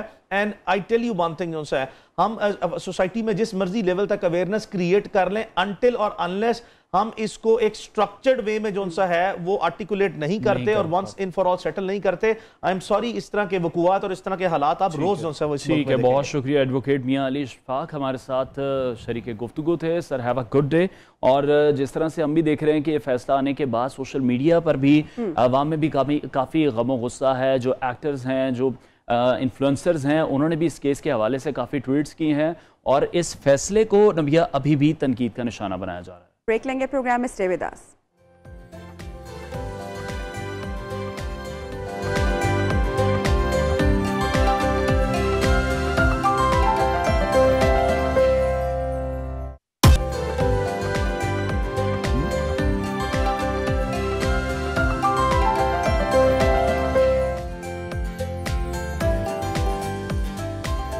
Welcome back. प्रोग्राम में आपको खुशामदीद कहते हैं। कुछ बात कर लेते हैं अब प्रोग्राम में आलमी मंजरनामे के हवाले से, जिसमें बड़ी तेजी के साथ तब्दीलियां रूनुमा हो रही हैं। पुराने दोस्त इत्तेहादी अब एक दूसरे के खिलाफ बयानात दे रहे हैं। रूस और यूक्रेन की जंग के असरात इस वक्त पूरी दुनिया वो भुगत रही है, पूरी दुनिया पर असरात नजर आ रहे हैं और ये बनते बिगड़ते हालात और वाशिंगटन और रियाज की जाने मेरा इशारा है। सऊदी ज़ेरे क़यादत ओपेक प्लस कार्टेल के नवंबर से जो तेल की पैदावार में 20 लाख बैरल यौमिया तक कमी का जो हालिया फैसला हुआ है, उस पर अब अनवार तनाव जो है वो बढ़ चुका है। फैसला शायद पसंद नहीं आया और ये हम देख रहे हैं कि दबाव इस कदर ज्यादा हो चुका है कि अमरीकी सदर जो बाइडन, जो कि बड़े ही करीबी इत्तेहादी हैं सऊदी अरब के, उनको संगीन नताइज की अब धमकियां देना शुरू कर दी और कहा यह जा रहा है कि सऊदी अरब के तेल की जो यौमिया पैदावार में कमी का फैसला हुआ है उससे रशिया को फायदा होगा, जो कि वेस्ट और अमेरिका जो है वो बिल्कुल भी ये नहीं चाहते। इस वक्त हम देख रहे हैं कि अमेरिका रूस के खिलाफ इकट्ठे हुए में इस वक्त, और कुछ ऐसी खबरें भी आ रही हैं कि सऊदी अरब ब्रिक्स में भी शामिल होने जा रहा है, जबकि दूसरी तरफ पाकिस्तान ने इस अहम मौके पर सऊदी अरब के साथ हमेशा की तरह, जिस तरह से हम पहले भी सऊदी अरब के साथ खड़े होते हैं, मुकम्मल यकजहती का इजहार करते हैं, पाकिस्तान ने एक ये क्लियर स्टांस लिया है। और इसी पर बात करने के लिए हमारे साथ स्टूडियोज में मौजूद हैं हसनैन जावेद हैं, बैनुल-अक़वामी उमूर हैं। सर बहुत शुक्रिया आपने हमें ज्वाइन किया। अच्छा, ये पाकिस्तान की हवाले से भी अमेरिका की स्टेटमेंट पहले आई थी, पाकिस्तान के जो एटमी असासे हैं वो भी एक अजीब सा स्टेटमेंट था, और अब सऊदीया के साथ अब अमेरिका इवेंचुअली क्या चाह रहा है, क्या मामला रुख इख्तियार करेगा आने वाले दिनों में? देखिए, ये जो आपने बिल्कुल ठीक कहा कि वो जो स्टेटमेंट थी, लोग उसके बारे में ये कह रहे थे कि ये शायद स्टेटमेंट जो है वो उनसे बर्जस्ता निकल गई या किसी कॉन्फ्रेंस में जाते हुए उन्होंने गैर रस्मी तौर पर कही, लेकिन ऐसा कुछ नहीं था। ये उनकी वेबसाइट है जो मैं आपको दिखा रहा हूँ, जिसपे उन्होंने कहा कि पाकिस्तान जो है दुनिया का ख़तरनाक तरीन मुल्क है, और ये वो वेबसाइट है और उसके अंदर ये तकरीबन जो उनकी वाइट हाउस है उसकी वेबसाइट के ऊपर अवेलेबल है। गैर रस्मी तौर पर इतनी बड़ी बात। अच्छा, अब गैर रस्मी तौर पर ये कैसे निकल सकती है? ऑफ कोर्स नहीं निकल सकती। ये पॉलिसी स्टेटमेंट था जिसके ऊपर मजीद उन्होंने दलील के साथ कहा कि पूरी दुनिया को जो है वो अब डायनामिक शिफ्ट की तरफ जाना चाहिए और उनको समझ आनी चाहिए कि अमेरिका क्या चाहता है और क्या समझ सकता है, क्या चाहता है और क्या समझ सकता है। अंग्रेजी में बड़े क्लियर वर्ड्स के साथ मैं दोबारा अगर आप चाहेंगे तो मैं कह दूंगा, लेकिन उसमें यह है कि क्या समझ सकता है और क्या कहता है। यानी आपको पूरी दुनिया को उन्होंने कहा है कि आप अपने होश हवास कायम रखें और आप लोगों को यह समझना है कि अमेरिका क्या चाहता है और अमेरिका की क्या उसके जहन में परसेप्शन चल रही है और उसके मुताबिक चलें। यानी आप कॉलोनियलिज्म या साम्राज्यत का एक नया रूप देख रहे हैं। न्यू कॉलोनिज्म तो कब से चल रही है, ये अब दूसरा आपने देखा। अभी आपने रीसेंट टाइम के अंदर ओपेक प्लस का देख लिया, 2 मिलियन प्लस बैरल जो है वो यौमिया जो है वो पूरे ओपेक ने कम कर दिया। ये एक बहुत बड़ा स्टैंस है जो कि सऊदीया की तरफ से लिया गया और ओपेक प्लस कंट्रीज़ की तरफ से लिया गया। ये 13 ममालिक हैं जिनके अंदर शुरू के अंदर बगदाद में ये शुरू हुई थी, और बगदाद से जब शुरू हुई थी तो इसमें ईरान भी शामिल था जो बाद में निकल गया। और अब ये ऑस्ट्रिया के अंदर है, इसका हेडक्वार्टर ऑस्ट्रिया के अंदर है। 1961 में ये बना था और तकरीबन 14 सितंबर को। अच्छा, इसका मकसद ये था कि ये दुनिया के अंदर ऑयल प्राइसेस को मैनेज करेगी। ऑयल प्राइसेस, ऑयल कितना देना है, कितने बैरल देना है, कितना क्रूड ऑयल देना है और किस तरीके से देना है, ये फैसला करते थे। ये तेल के ममालिक जो हैं, जिनके अंदर अफ्रीका के ममालिक भी शामिल है, अरब ममालिक भी शामिल हैं, और ये सारे ममालिक शामिल थे। लेकिन गैर रस्मी तौर पर, ये जो गैर रस्मी का लफ्ज़ इस्तेमाल किया, गैर रस्मी तौर पर इसको अमेरिका ही मैनेज करता था। ठीक है, वो चाहता था कि क्या प्राइस होगा, वो वही चाहता था कि हाइक कौन सी देनी है, प्राइस को बढ़ाना क्या है, प्राइस को लो कैसे करना है। लेकिन अब जब देखा कि सऊदीया जो है वो उसके अंदर रेजिस्टेंस दिया और उसने कहा कि अब ऑयल जो है वो आपने एमुनेशन के लिए देता है, ऑयल आप यूक्रेन बाकी मामलात के लिए दे रहे हैं, और इस टाइम पर जो है वो यूक्रेन को सबसे ज्यादा सपोर्ट करने वाला अमेरिका है, और उसके अंदर सारे वेपनरी और एमुनेशन उधर से जा रहे हैं। और रशिया के ऊपर आप जब देखते हैं, हर मुल्क का अपना एक दिफाई मैकेनिज्म है। आप ये सारे लोग समझते हैं कि वो जंग बड़ी बुरी चीज है, लेकिन आप ये देखें कि जो इस वक्त लीड कर रहा होता है उसको पता है कि यूक्रेन के अंदर किस जगह से ये अपनी वहां पर फोर्सेस बना रहे हैं। तो नेटो का वो हिस्सा बनाना चाहते थे ताकि रशिया के ऊपर प्रेशर आए, और रशिया ऑलरेडी जो था वो यूएसएसआर तो टूट गया, अब एक टोटल रशिया रह गया, तो वो भी उसको तोड़ दे। उसके बाद जो है ये सऊदी का सारा टिल्ट जो है वो उसकी रशिया की तरफ। जिस तरह से जुलाई में हमने देखा कि सऊदी अरब भी गए थे, बाइडन उन्होंने बात की थी, सऊदी अरब को तेल की पैदावार बढ़ाने पर आमादा करने की कोशिश भी की थी, उस वक्त भी शायद उस तरह से कामयाब नहीं हो सके थे। और अब ये जो एक टिफ शुरू हो गई है दोनों मुल्कों में, इसका आप एंड क्या देख रहे हैं? ये अब मामला कहाँ तक पहुँचेगा? और अगर तेल की पैदावार कम की भी जा रही है तो उस पर अमेरिका को एतराज़ सिर्फ क्या स्पेसिफिकली रशिया को लेकर है, क्योंकि रशिया को भी इससे फ़ायदा होगा? अच्छा, जो main reason for this particular issue और सिनेरियो बना है ना, वो ये सिर्फ और सिर्फ आपका रशिया के साथ ताल्लुक़ है। जो सऊदी को सपोर्ट किया उसके साथ पाकिस्तान जैसे थर्ड वर्ल्ड कंट्रीज़ ने भी किया, इसी तरीके से बाकी ममालिक ने भी किया। रशिया की सपोर्ट के अंदर इंडिया भी है, लेकिन ऑफ कोर्स वो उनका अलाय है, वो अलग मैटर है, उसको अलग कर लेते हैं। लेकिन इस टाइम पर जो उन्होंने 3 इंपॉर्टेंट बातें की, बाइडन साहब ने एक तो कहा कि सीधा धमकी देते हुए कहा कि अगर आप 2 मिलियन पर डे जो हमें ऑयल रिजर्व्स आपसे चाहिए वो अगर आप नहीं आउटपुट देते तो हम सीधा सीधा क्या करेंगे, हम अपनी जो है वो ट्रूप्स वापस ले लेंगे। ठीक, फिर नो ओपेक उन्होंने बिल पास करने का कह दिया कि हम कुछ अरसे के अंदर नो ओपेक बिल पास करेंगे। ये कौन होते हैं बाइडन साहब जो कि ये कहेंगे कि ओपेक बनेगी और ओपेक ख़त्म हो जाएगी, और ये इतना बड़ा ऐलान कि नो ओपेक बिल हम पास कर देंगे और इसको ख़त्म कर देंगे, अब से कोई ओपेक नहीं होगी, कोई तंजीम नहीं होगी, कोई प्राइस बनाने वाला नहीं होगा, कोई प्राइस कार्टेल करने वाला नहीं होगा, कोई प्राइस को देने वाला नहीं होगा। तो तीसरा उन्होंने कहा कि हम जो आपको सऊदी ट्रूप्स देते हैं, वेपन्स तो देते ही देते हैं, जो हमने यूएस की फोर्सेस दी हुई हैं वो भी अब आपको जो है वो सिक्योर नहीं करेंगे, यानी अपनी सिक्योरिटी वापस लेने का कहा। ये तीनों थ्रेट जब आप दे दें तो मामला कहाँ पे चला जाता है। ये बाइडन एडमिनिस्ट्रेशन जो थी इससे पहले भी सऊदीया के साथ रेफ्ट में रहती थी।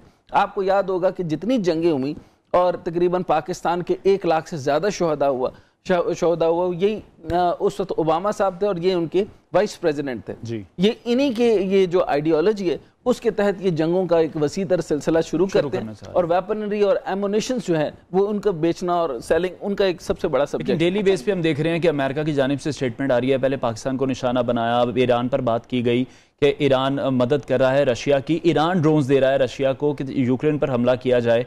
आज सऊदी अरब तो अमेरिका अपने लिए मुश्किल हालात तो नहीं खड़े कर रहा। अच्छा, डिप्लोमेटिकली आप इसको मुनाफिकत भी कह सकते हैं कि तकरीबन 3 महीना पहले ईरान के साथ मुसलसल डील्स भेजी गई थी, 6 सैंक्शन से उन्होंने वापस लेकर उनके साथ ईरान को डील भेजी थी कि आप डायरेक्ट 1-on-1 हमसे तेल का मुआहदा करें, क्योंकि ये अमेरिका का तरीका है कि वो क्या करता है कि जब पूरी दुनिया से बिगाड़ लेता है तो चंद ऐसे ममालिक जिनसे बहुत ज़्यादा बिगड़ी होती है उनसे दोबारा ठीक कर लेता है। तो उन्होंने कहा कि आप हमारा न्यूक्लियर इशू हमारा रिजॉल्व कर दें, आप उसके ऊपर से सारी सैंक्शन हटा दें, हम आपको तेल दे देते हैं।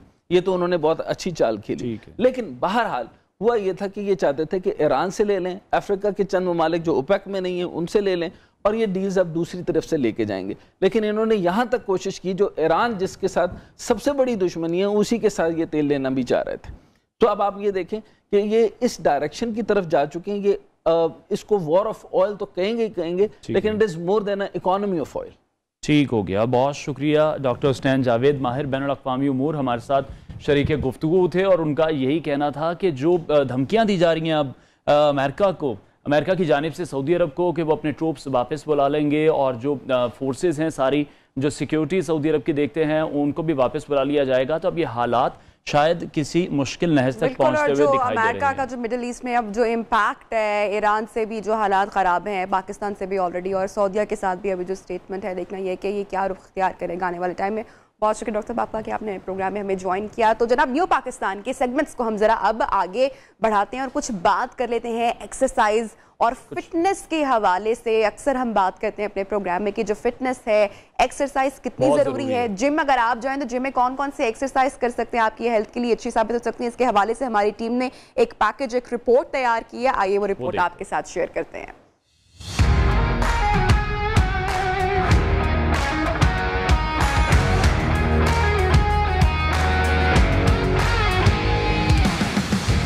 Bukhari, I am international certified fitness trainer, और आज हम डिफरेंट चीज़ों में बात करेंगे। उनमें से एक सबसे इंपॉर्टेंट चीज़ जो है वो है स्टार्ट कि फ़िटनेस है क्या। सबसे पहले जो आपको बात समझनी पड़ेगी, जो आपको क्लियर करनी पड़ेगी, जो आप घर का काम कर रहे हो या जो भी आप अगर ऑफिस जाते हो, व्हाटएवर यू आर डूइंग, जो हमारे रोज़मर्रा का काम है वो एक्सरसाइज नहीं है। एक्सरसाइज का मतलब है कि वो काम जो हमारी रूटीन से हट के हो। इसीलिए ही हम एक्सरसाइज में भी रिकमेंड करते हैं कि कोशिश करें एक ही वर्कआउट बार बार ना करें। आप ऐसा वेट इस्तेमाल करें उसमें 10 to 12 रैप्स आपके लग रहे हैं, तो कोशिश करें डे बाय डे रैप ना इंक्रीज़ करें, अपना वेट इंक्रीज़ करें। जो उठा रहे हैं रैप्स उतने ही रहें, वेट बढ़ाते जाएं। और जब हम एक्सरसाइज के साथ बात करते हैं एज फैक्टर की, अब इसमें दो चीज़ें आती हैं। लोग कहते हैं कि यार एक्सरसाइज नहीं करनी अगर आपकी उम्र यू आर अंडर 16 या अंडर 14। मैं कहता हूँ एक्सरसाइज करनी ज़रूरी है, लेकिन इसका एक्सरसाइज से कोई ताल्लुक नहीं है। हम कहते हैं कि यार बंदा एक्सरसाइज कर रहा था तो उसकी एज छोटी रह गई, उसकी 5-6 तक हुई, तो यार उसके फादर की एज भी 5-6 ही है। एक्सरसाइज से आपके बोन डेंसिटी इंक्रीज़ होती है, आपका टेस्टोस्टेरोन लेवल इंक्रीज़ होता है और आपकी प्रोडक्टिविटी बढ़ जाती है। एक्सरसाइज का इससे कोई ताल्लुक नहीं है। कैलोरीज इनटेक और कैलोरीज आउट का डेफिसिट बहुत ज़रूरी है। अगर आपने कैलोरीज इनटेक 500 की हुई है और आप खाली बर्न करके जा रहे हो 100 कैलोरीज, तो आपको कोई फ़ायदा नहीं है। सबसे पहले तो हमें समझना है कि डाइट का मतलब क्या है। लोग समझते हैं कि डाइट का मतलब फाके, डाइट का मतलब फाके नहीं है। डाइट का मतलब है अपने हेल्दी खाना है, अपने जंक फूड को अपनी लाइफ से निकाल देना है। हमारा दिमाग जो है हमारी बॉडी को बताता है कि यार फॉर एग्जाम्पल मैंने अगर कीटो डाइट पे मैं कार्ब्स बंद कर दिया तो मेरा दिमाग मेरी बॉडी को ऑर्डर करेगा कि यार बॉडी में स्टोर जो फैट है उसको यूज़ करो। लेकिन जैसे ही मैं कार्ब्स यूज़ करूँगा, because carbs are main source of energy, सबसे पहले बजाय इसको वो यूज़ करेगा, उसको स्टोर करेगा, उल्टा आपको नुकसान हो जाएगा।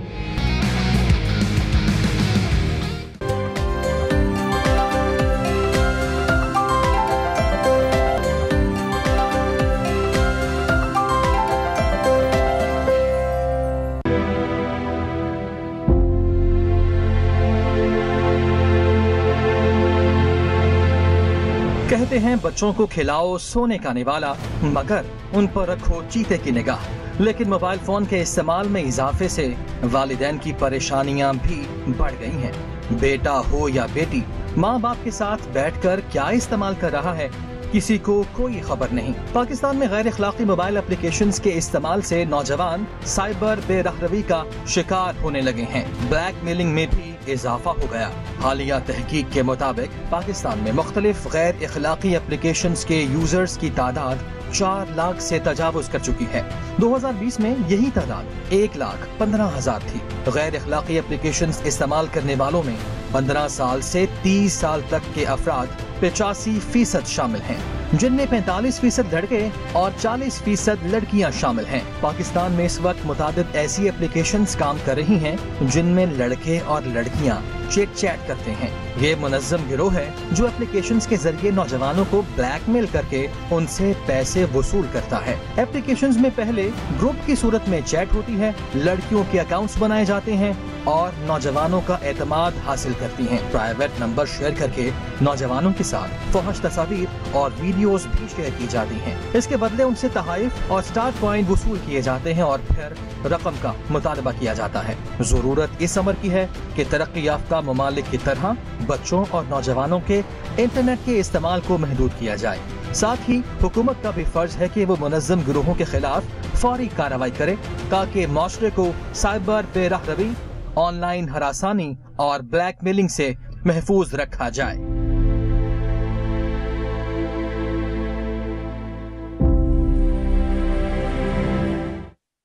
जी, तो रिपोर्ट आपने मुलाहिजा की, इसमें हम देख रहे हैं कि जो गैर कानूनी और गैर इखलाकी मोबाइल ऐप्स हैं उनका जो यूजेज है वो डे बाय डे खतरनाक हद तक बढ़ता जा रहा है, जिसमें हम देख रहे हैं कि कोई भी चेक इन बैलेंस भी नहीं है, और साथ ही साथ अगर गैर कानूनी वेबसाइट्स हैं तो हुकूमत इन तमाम तर जो वेबसाइट्स हैं, एप्लीकेशंस हैं, इन पर क्या एक्शन ले रही है? अनवार, रिपोर्ट हमने देखी, उसमें जो एज ग्रुप बताया गया है 15 to 30 इयर्स के जो बच्चे भी उनमें हैं और नौजवान भी हैं, तो ये बड़ा एक खतरा है। क्योंकि कल का भी हमने प्रोग्राम किया था साइकोलॉजी के हवाले से, नफ्सियात के हवाले से, और बच्चों का जो मोबाइल यूसेज है या जो टैब्स, आईपैड्स हम अपने बच्चों को दे देते हैं, वो कितना उनको नुकसान पहुंचा सकता है, ये तो एक इसका अलग पहलू। लेकिन पेरेंट्स हमने देखा है कि अक्सर शिकायत करते भी नहीं हैं। इसी हवाले से बात करेंगे, हमारे साथ मौजूद हैं टेक्नोलॉजी एक्सपर्ट अहमद मंजूर साहब इन स्टूडियोज। अहमद साहब, बहुत शुक्रिया, आपने टाइम निकाला। अब रिपोर्ट हमने देखी, पूरा मामला आपके सामने है, पीटीआई का क्या रोल बनता है, क्या रिस्पॉन्सिबिलिटी बनती है इस पूरे सिचुएशन पे, क्यों फिल्टर नहीं कर रहा मवाद? देखिए,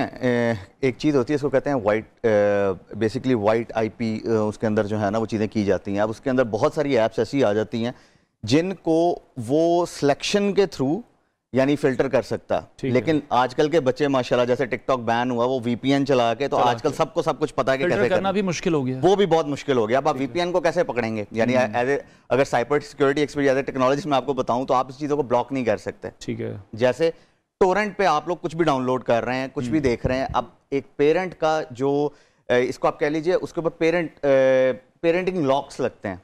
ठीक है, अगर आप एक बच्चे को एक टैबलेट दे रहे हैं तो उसके ऊपर अगर आप अपना एक ईमेल एड्रेस बना दें, तो आप जब भी, जैसे मैंने अपने बच्चों को जो टैब दिया हुआ है, ठीक है, उसके अंदर ईमेल एड्रेस मेरा है, वो अगर उसमें कोई भी चीज एक्टिविटी करते हैं तो मुझे पता लग रहा होता क्या कर रहे हैं। ठीक है, तो इस तरह की बहुत सारी चीजें आप कर सकते हैं। चेक इन बैलेंस बड़ा जरूरी है। मैं तो अपनी टीम से भी यहाँ पर रिक्वेस्ट करूंगी कि बहुत सारे लोग नहीं जानते हैं अनवार कि ये पेरेंटिंग लॉक कैसे लगता है। बहुत सारे लोग अनअवेयर है, उनको नहीं करना आता, क्योंकि बहुत सारे लोग, हर बंदा टेक्नोलॉजी फ्रेंडली नहीं होता। इस पर एक डिटेल हम सेगमेंट भी कर सकते हैं अहमद साहब के साथ। अच्छा जी, बात को आप आगे अच्छा देखें। अब जैसे मैं नॉर्मली ना अपने स्टूडेंट्स को जब सेशंस भी दे रहा हूँ, तो मैं उन्हें कहता हूँ आपने आईफोन 4.5 लाख रुपए का ले लिया, ठीक है, अब इसमें एक SOS का फंक्शन होता है, उसका कितने लोगों को पता, सेव आवर सोल का, कि जी अगर आपका फोन लॉक भी हो तो आप उससे एक कॉल जनरेट कर सकते हैं।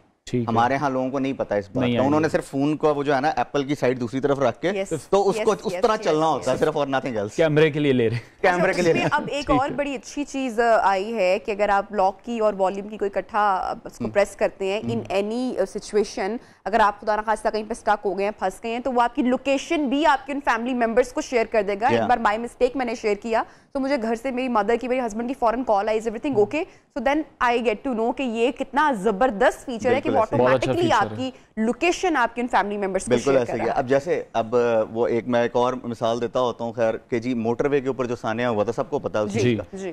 वो चीज टेक्नोलॉजी के थ्रू बड़ी इजीली आप उसको प्रिवेंट कर सकते थे। जैसे अभी आपने बताया कल आप लोगों का साइकोलॉजी के ऊपर हुआ, अब इंसान के कुछ चीजें मैनेज हो रही होती हैं, लाइक मसल्स हैं, सारा कुछ है। अगर आप इस सारी चीज को AI के थ्रू, आर्टिफिशियल इंटेलिजेंस के थ्रू इसको लॉक करना शुरू कर दें मिसाल के तौर पे, और देखना शुरू कर दें कौन से मसल्स इस्तेमाल हो रहे हैं और कौन से नहीं हो रहे हैं, इंसान का टेम्परेचर कितना ऊपर जा रहा है और कितना नीचे जा रहा है, तो आप प्रिवेंट कर सकते हैं कि अगला बंदा किसी गलत एक्टिविटी में जा रहा है, राइट। अच्छा, मैं जो मोटरवे वाली बात कर रहा था, सपोज करें जैसे भी आपने एक मिसाल दी, आपके फोन के ऊपर एक सॉफ्ट बटन अगर बना दिया जाए, उस सॉफ्ट बटन को सिर्फ आप क्लिक करें, सपोज करें 5 सेकंड या 10 सेकंड के लिए, तो फौरन से आपकी लोकेशन भी चली जाए और पता लग जाए, सपोज करें अगर ये 5 सेकंड के लिए तो किसी को हार्ट अटैक आ रहा है, अगर 10 सेकंड के लिए जी कोई ईव टीजिंग का प्रॉब्लम, व्हाटएवर कोई भी चीज़ है, तो पूरी लोकेशन और हर चीज़ तो जा सकती है। ये सिर्फ चंद मिसालें हैं कि चीज़ों को पॉलिसी मेकिंग जो है ना वो बड़ी इंपॉर्टेंट है, बेहतर किया जा सकता है। लेकिन जिस तरह से हम देख रहे हैं अब ये जो तमाम एप्लीकेशंस हैं, इसके ज़रिए नौउम्र लड़कियों को भी ब्लैकमेल किया जा रहा है, लेकिन उसमें हम देख रहे हैं कि वालिदैन जो हैं कानून नाफिज करने वाले इदारों के पास नहीं जाते, यकीनी तौर पर बड़े मसले मसाइल होते हैं, बदनामी का डर होता है, तो फिर इसका क्या हल होगा? इदारों से वो रुजू नहीं कर रहे हैं, तो इसका सोल्यूशन किस तरह से निकलेगा? अच्छा, इसके लिए ना सबसे पहले जरूरी होती है, जो अगर गवर्नमेंट की बात हम करें ना, तो पॉलिसी मेकिंग, यानी चीज़ों को इतना आसान बना दिया जाए लोगों के लिए कि जी अगर एक बंदे को ऐसी प्रॉब्लम आ रही है, वो जाते हुए डरे ना। हमारे यहाँ तो खुदा ना ख्वास्ता कोई भी बात हो जाए तो पुलिस के पास जाते हुए भी डर रहे होते हैं कि पता नहीं क्या हो जाएगा, किस किस्म के क्वेश्चंस होंगे, वो आपको भी पता, मुझे भी पता है कि हम उसको क्या क्या चीजें फेस करनी पड़ रही होती हैं। लेकिन अगर सपोज करें FIA ने बताया हुआ कि साइबर क्राइम यूनिट उन्होंने एक बना दिया, क्या वो प्रॉपरली काम कर रहा है? क्या उसकी पॉलिसीज क्या है? हमारे यहाँ ये पॉलिसीज बनाना बहुत इंपॉर्टेंट है। मैं हमेशा जिस भी सेशन में जाता हूँ, मेरा जोर हमेशा होता है कि पॉलिसीज एटलीस्ट बना लें अपनी किसी तरीके से, जो कि बहुत इंपॉर्टेंट है। ठीक है। अभी यानी ये काम 10 साल पहले होना चाहिए था, जो कि इस साल मेरा ख्याल है शुरू में एक साइबर सिक्योरिटी की एक पॉलिसी आई है पूरी की पूरी। ठीक है। ये आज से 10 साल पहले आनी चाहिए थी, जब दुनिया इस पे काम कर रही थी। जो नौउम्र बच्चे हैं उनके लिए आप फिर यही कह रहे हैं कि जो पेरेंटिंग लॉक है उसकी फैसिलिटी को यूज़ करना चाहिए। जो पेरेंट्स हैं उन्हें भी टेक्नोलॉजी फ्रेंडली होना पड़ेगा। अहमद मंजूर टेक्नोलॉजी एक्सपर्ट हमारे साथ मौजूद थे। Sir thank you for your time. बहुत अच्छा लगा आपसे बात करके, जिस तरह से आपने सजेशन भी दी हैं कि किस तरह से इस मामले को बेहतर किया जा सकता है। प्रोग्राम लेंगे जनाब ब्रेक, और ब्रेक के बाद आपको मिलाएंगे एक बहुत ही खास मेहमान से जो कि नियो पाकिस्तान का हिस्सा बने हैं। आज ब्रेक के बाद मिलते हैं। स्टे विद अस।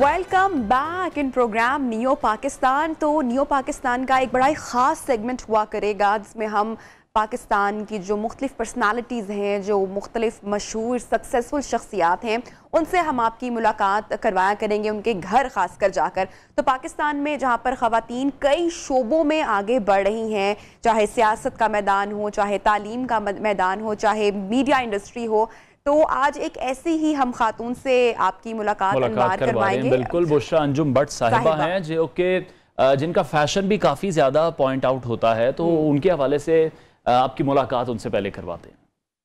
अस्सलाम वालेकुम नाजरीन, आज हम आपकी मुलाकात एक ऐसी सियासी शख्सियत से करवाने जा रहे हैं जो पंजाब असम्बली में तो मशहूर हैं, जिनकी पंजाब हुकूमत में भी बहुत सुनी जाती है, लेकिन उनके फैशन सेंस के भी बहुत चर्चे हैं। जी हाँ जनाब, मैं बात कर रही हूँ बुशरा भट्ट साहिबा की। आज हम उनसे बात करेंगे और उनके मजीद लाइफस्टाइल के बारे में भी जानेंगे, सियासत के बारे में भी जानेंगे और उनकी अमली जिंदगी के बारे में भी जानेंगे। Good morning to you.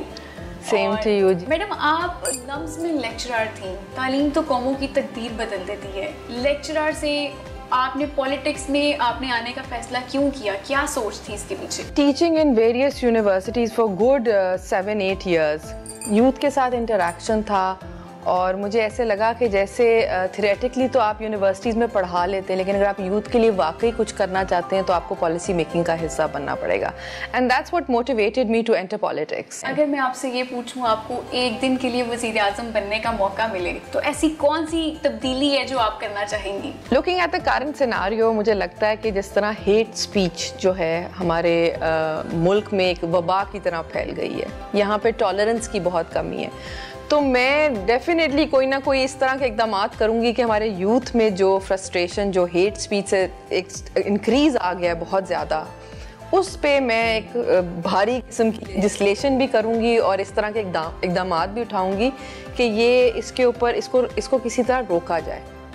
Madam, अक्सर देखा गया आप जब पंजाब असम्बली जाती हैं, आपके फैशन ट्रेंड्स पे बड़ी बात होती है, आपकी ड्रेसिंग, ये किससे आप इंस्पायर हैं? कौन आपकी डिजाइनिंग करता है या कौन सिलेक्ट करता है? कोई भी नहीं फलक। आई dress very simplicity is something that I like, और मुझे लगता है कि सॉलिड कलर्स में एक ग्रेस है, और I don't like following trends and fads.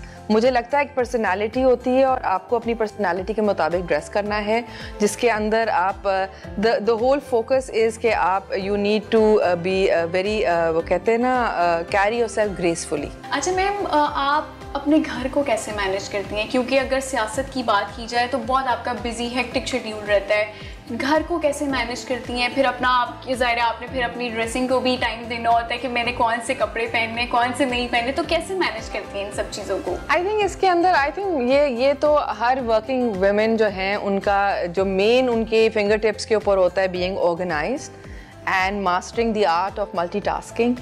और मेरा ख्याल है कि हम ख़वातीन जो हैं, और मैं हमेशा कहती भी हूँ कि we are the foundation of a हाउस होल्ड, और हमारी प्रायोरिटी जो है वो हमारा घर पहले होना चाहिए। वो किसी प्रोफेशन में भी अगर आप देख लें, not only politics, if you get power hungry तो फिर आप यू टेंड टू इग्नोर और neglect one side of your family. बिल्कुल। तो मेरा ख्याल मुझे ऐसा लगता है एक कामयाब औरत वो है जो सब चीज़ों को साथ लेके चले। So I give equal time to every department of my life. अगर बुशरा अंजुम भट्ट साहिबा के घर इमरान खान आए तो वो किस खाने से उनकी तवाज़ो करेंगी? क्योंकि वो एक कश्मीरी घराने में आएंगे और मेहमान जो हैं उनको हमेशा इज्जत देनी चाहिए जब वो घर आएंगे। तो जाहिर बात है जो हमारा कश्मीरी देसी खाना है उससे, मैंने कहीं सुना तो उनको देसी मुर्गी बहुत पसंद है आई गेस। हाँ, सो प्रॉबेबली वही उसी से करेंगे, क्योंकि जाहिर बात है इख्तलाफात अपनी जगह, लेकिन घर आए मेहमान की तो हमेशा जो है, और कश्मीरी घराने में तो बिल्कुल जाहिर बात है उनकी जिस तरह होती है उस तरह इंशाल्लाह एंटरटेन करेंगे। I am a big huge foodie because it's in my genes. वो कहते हैं ना आई लव देसी, आई लव डिफरेंट कुजीन्स। और अच्छा क्या बना लेती हूँ, I prefer cooking Thai food, I make really good. Yes. तो मतलब आपको खाना बनाने का भी शौक है? हाँ, मतलब बना लेती हूँ, लेकिन ये है कि टाइम बिल्कुल निकाल लेती हूँ, बट इट्स जस्ट दैट हमारे घर में खाने को बहुत तरजीह दी जाती है। और मेरे घर की जो ख़वातीन है, अम्मी बहनें वगैरह, they very good cooks. So when I cook तो मुझे कभी कभी लगता है कि I am not as good as they are. So वो हमेशा से मेरे लिए बड़ा डीमोटिवेटिंग होता है। But yes. वज़ीर आज़म के तौर पे मरियम नवाज और शहबाज शरीफ साहब में से किसको एक को देखना चाहेंगी? देखिए, शहबाज शरीफ को तो हमने देख लिया। हमारे लिए तो सारे मेंबर्स जो हैं, लीडर्स जो हैं, वो पार्टी का एक असासा है। Maryam Bibi is a very vibrant personality, और ख़ास तौर पे अगर we have another female prime minister, so वो तो ख़वातीन के लिए I think it will be, वो कहते हैं ना, we had Benazir Bhutto and now we will have Maryam Bibi. So वो तो ख़वातीन के पॉइंट ऑफ व्यू से तो obviously it's a dream come true. लेकिन इक्वली दोनों की सलाहियतों को आप डाउट नहीं कर सकते, बिकॉज शहबाज साहब इज़ अ ग्रेट एडमिनिस्ट्रेटर, और उन्होंने प्रूव करके दिखाया है पंजाब में। और अब भी माशाल्लाह जिस तरह वो मुल्क को इतने मुश्किल हालात में लेके चल रहे हैं। अगली इलेक्शन में इमरान खान को देखती है वज़ीर आज़म के तौर पर, या पाकिस्तान तहरीक-ए-इंसाफ लीड ले जाएगी? उनकी वर्किंग नहीं है, वो हमने पहले भी देख लिया। अब भी उनके सिर्फ और सिर्फ वादे हैं और नारे हैं। जब 4 साल उनके पास थे तो उसमें वो कुछ भी नहीं कर पाए, एक बुज़दार को चेंज नहीं कर पाए। So even if he does come, because you see Pakistani politics is like Pakistani cricket team, so unpredictable, so you can not predict anything. So जनाब, आपने रिपोर्ट देखी, बुशरा अंजुम साहिबा से आपकी मुलाकात हुई। She is such an inspiration, और बड़ा अच्छा लगता है अनवार जब भी आप फील्ड में देखते हैं कि खवातीन बढ़ चढ़कर आगे जा रही हैं, तो मेरे ख्याल से खवातीन को बड़ी मोटिवेशन मिलती है। मल्टीटास्कर है वो, खाने बनाती हैं, माहिर तालीम है, पॉलिटिशियन भी हैं, फैमिली को भी टाइम लेती हैं, तो it's very good. She is a very good mother as well. बिल्कुल जी, इंशाल्लाह अब कल हम अपने नाज़रीन से दोबारा मुलाकात करेंगे। आज आपसे इजाजत चाहेंगे वक्त की कमी की वजह से, जो कि हमें डेली इसका सामना करना पड़ता है। बहुत सारा ख्याल रखिएगा। कल आपसे मुलाकात होगी। अल्लाह हाफिज़।